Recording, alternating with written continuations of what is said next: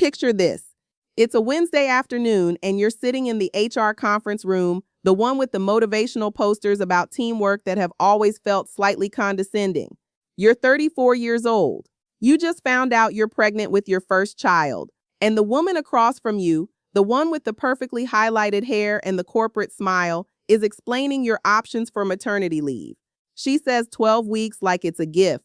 It's like the company is doing you a massive favor by allowing you to recover from major surgery and keep a tiny human alive for 3 months before you come rushing back to answer emails. And somewhere in the back of your mind, you're already doing the math. You're thinking about daycare costs and pumping schedules and whether you can really hand over a 3-month-old to strangers for 10 hours a day. You're thinking maybe I should just take a year off. Maybe 2. Maybe I'll go back when the kids are in school. And here's what nobody in that conference room is going to tell you. That decision, the one that feels like it's about your sanity and your family and your values, that decision has a price tag. And it's probably a lot bigger than you think. My name is Felicia, and I'm going to be real with you today about something the financial industry doesn't want women to know. I'm talking about the true, compounding generational cost of stepping away from your career.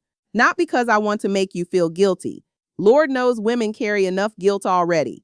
But because you deserve to make this decision with your eyes wide open, with the actual numbers in front of you, not the sanitized version they give you when they're trying to be supportive. Because support without information isn't support.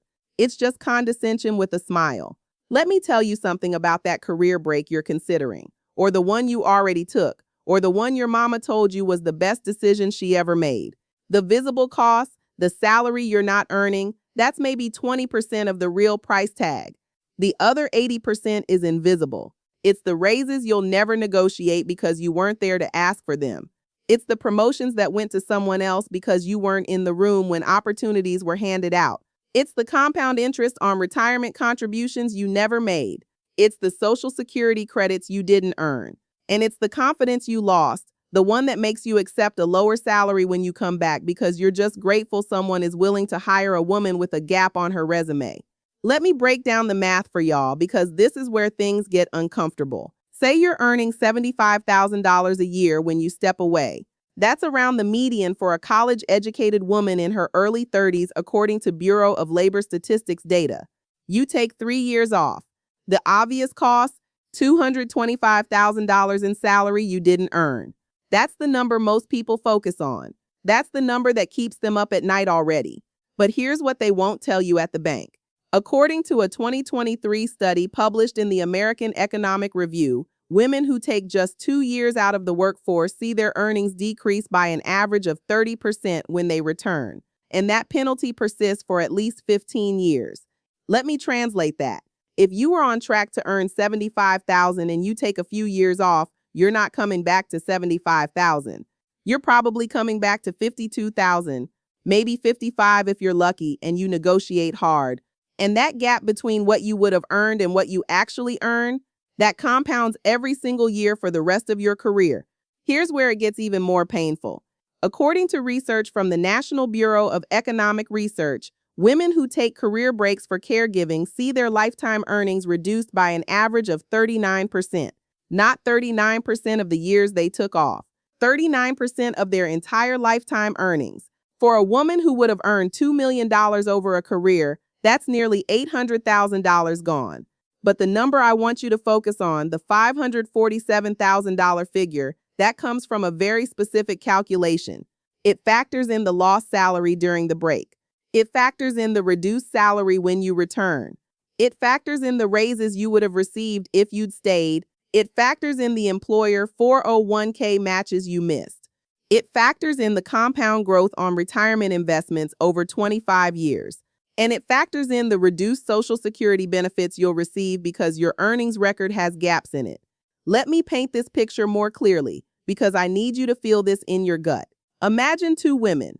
Both of them are 32 years old. Both of them are making $70,000 a year. Both of them have the same education, the same skills, the same potential. Woman A stays in the workforce continuously. She gets promoted every 4 to 5 years. She receives average raises of 3 to 4% annually. She maxes out her employer's 401k match every year. By age 65, she's earning $140,000 a year, and she has accumulated approximately $1.2 million in retirement savings. Woman B takes 5 years off when her kids are young. She returns at 37 to a position paying $58,000 because that's what you get when you have a 5-year gap and you're competing against people who never left. She works hard. She's talented, but she never quite catches up. By 65, she's earning $95,000 and her retirement savings total around $650,000. The difference between these two women, $550,000 in lifetime earnings and retirement accumulation. And the only difference in their choices was whether they stepped away for 5 years to care for their children. Now I can already hear some of y'all saying, Felicia, that's not fair. Those women shouldn't have to choose between their careers and their families. And you're absolutely right. It's not fair. It's enraging. But fair or not, it's the system we're operating in. And pretending the cost doesn't exist doesn't make it go away. It just means you're making a $500,000 decision without knowing you're making it. Here's what makes me genuinely angry about this situation. The burden of this cost falls almost entirely on women. According to Pew Research Center data from 2023, mothers are still 3 times more likely than fathers to take significant time out of the workforce for caregiving. 3 times. In 2024, when we pretend like parenting is an equal partnership, the numbers say otherwise. And when those mothers step away, they're absorbing a cost that should be shared across families, employers, and society as a whole. Let's talk about something that makes this even worse for Black women specifically, because the data on this is stark and it's something the financial industry loves to pretend doesn't exist. According to the Economic Policy Institute, Black women earn 67 cents for every dollar white men earn. Before the career break even happens, we're already starting behind. So when the studies show that career breaks reduce lifetime earnings by 39%, for Black women that 39% is being calculated on a smaller number to begin with. We're taking a penalty on earnings that were already penalized. And here's what really gets me. According to research from the Center for American Progress, Black mothers are more likely to be the sole or primary breadwinners in their families. 67% of Black mothers are breadwinners compared to 45% of white mothers. So when a Black woman takes a career break, she's often absorbing the cost for her entire household, not just herself. The $547,000 hit isn't just her loss. It's her children's loss. It's her family's loss. It's generational wealth that never gets built. But here's where things get really interesting, and this is the part that made me genuinely furious when I first learned about it. The career break penalty isn't just about lost income. It's about lost opportunity that compounds in ways most people never calculate. Think about retirement contributions for a minute. Let's say you're contributing 6% of your salary to your 401k, and your employer matches 3%. On a $75,000 salary, that's $6,750 going into your retirement account every year. Take 5 years off and you've missed over $33,000 in direct retirement contributions. But here's what they won't tell you. Those contributions don't just sit there. They grow at a 7% average annual return. That $33,000 you missed contributing during your 5-year break would have grown to approximately $280,000 by the time you retire. Over $250,000 in retirement wealth, gone. Not because you were irresponsible, but because you took 5 years to raise your children. And we haven't even talked about Social Security yet. Your Social Security benefits are calculated based on your 35 highest earning years. If you have fewer than 35 years of earnings, zeros get averaged into your calculation. According to the Social Security Administration, the average retired woman receives about $1,553 per month in Social Security benefits, compared to $1,914 for the average retired man. That's a gap of $361 per month or over $4,000 per year for every year you're retired. Women live longer than men on average, about 5 years longer according to CDC data. So that $4,000 annual gap compounds over a potentially 30-year retirement. We're talking about $120,000 in Social Security benefits that women lose compared to men, largely because of career breaks for caregiving that were socially expected to take but financially punished for taking. Let me tell you something that's going to make you uncomfortable because it made me uncomfortable when I finally understood it. The system isn't broken. It's working exactly as designed. American capitalism was built on a model where one spouse, almost always the wife, provides unpaid domestic labor while the other spouse, almost always the husband, earns income. The entire structure of our economy, from workplace schedules to retirement systems to healthcare benefits, was designed around this model. When women started entering the workforce in large numbers, the system didn't adapt. It just started penalizing women for not fitting the mold. When you take a career break, you're not just losing money. You're being punished for exposing a fundamental flaw in how we've organized economic life. The career break penalty isn't a bug. It's a feature of a system that was never designed to value caregiving work. But here's where I need to flip the script, because I'm not here to just make you feel bad. I'm here to help you make better decisions with full information. If you're considering a career break or you've already taken one, there are strategies that can dramatically reduce the financial damage. And if you're planning your career with motherhood on the horizon, there are choices you can make now that will protect your financial future later. First, let's talk about what to do before you take a career break if you have that luxury of planning ahead. The single most important thing you can do is maximize your retirement contributions in the years before you step away. Front load that wealth building. If you're in your 20s and you know you want kids, contribute as much as humanly possible to your retirement accounts right now. According to Fidelity's retirement research, a dollar invested at 25 is worth 10 times more at retirement than a dollar invested at 45. Every dollar you invest before your career break has decades more time to compound than the dollars you'll invest after you return. Second, negotiate harder before you leave. This is counterintuitive but crucial. The raise you get right before your career break sets the baseline for your eventual return. Even if you're planning to leave in a year, push for that promotion. Ask for that salary increase. Get yourself into the highest possible position and salary band before you step away. Because when you come back, that's the number you'll be negotiating from, even if informally. Employers will ask what you were earning before. You want that number to be as high as possible. Third, and this is the one nobody tells you, maintain your professional identity during your break. This doesn't mean working for free. It means keeping your network active, your skills current, and your name in circulation. Take one online course a year to add to your resume. Attend one industry conference annually. Maintain your professional certifications. According to a Harvard Business Review study, women who maintain professional connections during career breaks return to salaries 19% higher than women who completely disconnected from their industries. That's a huge gap that requires relatively little effort to capture. Now let's talk about what to do when you're coming back, because this is where most women leave the most money on the table. Here's what they don't want you to know. Your career break does not mean you have to accept whatever salary you're offered.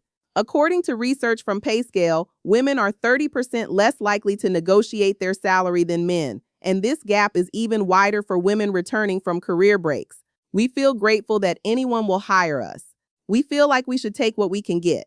We feel like our time away somehow reduced our value. Let me be crystal clear. Your value as a professional is not diminished because you raised children or cared for aging parents. You developed skills during that time: project management, conflict resolution, resource allocation, patience, the ability to function on 4 hours of sleep. These are valuable skills. But beyond that, you have years of professional experience that didn't evaporate because you took time away. When you're negotiating your return, use market data, not your previous salary. Go to websites like Glassdoor, PayScale, and LinkedIn Salary Insights. Find out what people with your experience and skills are earning right now. That's your starting point for negotiation, not whatever you were earning 5 years ago adjusted for inflation. Women who use market data in salary negotiations earn an average of $7,000 more per year than women who don't. Over a 20-year career, that's $140,000 just from knowing your worth and being willing to advocate for it. Here's another strategy that can be game-changing. Consider contract or consulting work when you first return. According to staffing industry data, contract workers often earn 15 to 20% more per hour than permanent employees in the same roles. Yes, you lose some benefits, but you gain flexibility, you rebuild your resume, and you often have more negotiating power when you eventually convert to permanent employment or move to a new company. Some women use 18 months of consulting work to completely close the salary gap they would have experienced returning directly to permanent employment. Let me tell you about something that happens to women after career breaks that nobody talks about, and it's costing you money every single day you don't address it. Imposter syndrome. That voice in your head that says you're not qualified anymore, that you've fallen behind, that everyone else knows more than you, that you should be grateful for whatever opportunities come your way. According to research published in the International Journal of Behavioral Science, an estimated 70% of people experience imposter syndrome at some point, but women experience it more frequently and more intensely than men, especially after career transitions. This psychological phenomenon has real financial consequences. Women with high imposter syndrome scores apply for fewer jobs, negotiate less aggressively, and accept lower salaries. According to a study from the University of Salzburg, imposter syndrome is directly correlated with lower career advancement and lower salary growth over time. Here's what I need you to understand. That feeling of not being good enough, it's a lie. The career break didn't make you less competent.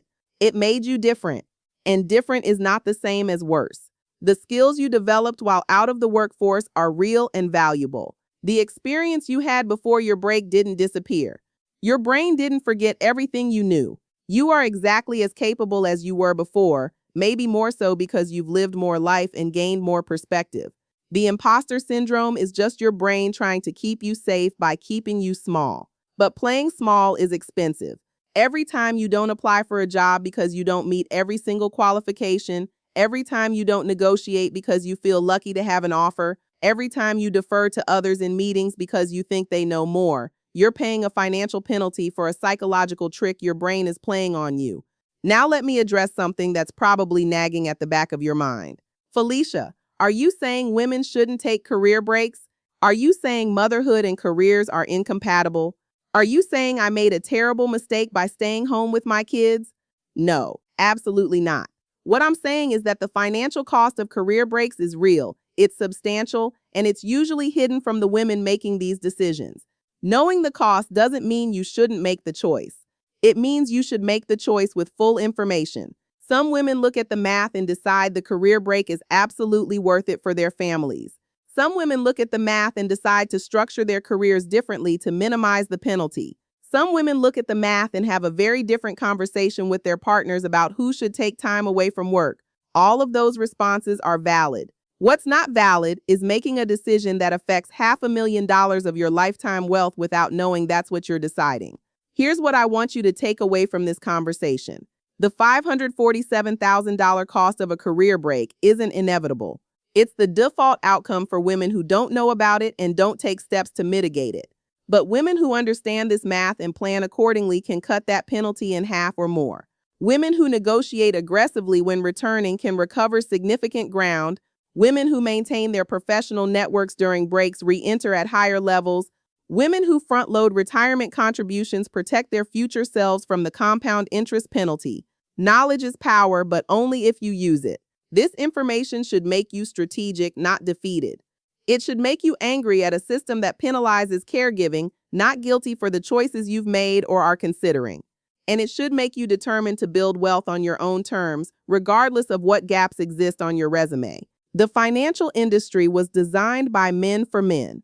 The retirement system assumes continuous employment from age 22 to 65. The salary negotiation game rewards aggression that women are socialized against. The career advancement ladder punishes anyone who steps off, even temporarily, even for reasons the same society that punishes you told you were important. This isn't fair. It shouldn't be this way. And someday, maybe it won't be. But today, in this economy, with this system, you need to play the game that exists while you work to change it. That means knowing the true cost of your decisions. That means protecting your financial future with the same ferocity you protect your family. That means refusing to accept the hidden penalties that women have been absorbing in silence for generations. You deserve to know what things cost. You deserve to make informed decisions. And you deserve a financial future that isn't diminished because you dared to care for the people you love. The career break penalty is real, but so is your power to minimize it, work around it, and build wealth despite it. That's not toxic positivity. That's just math. And the math can work in your favor once you know how to do it.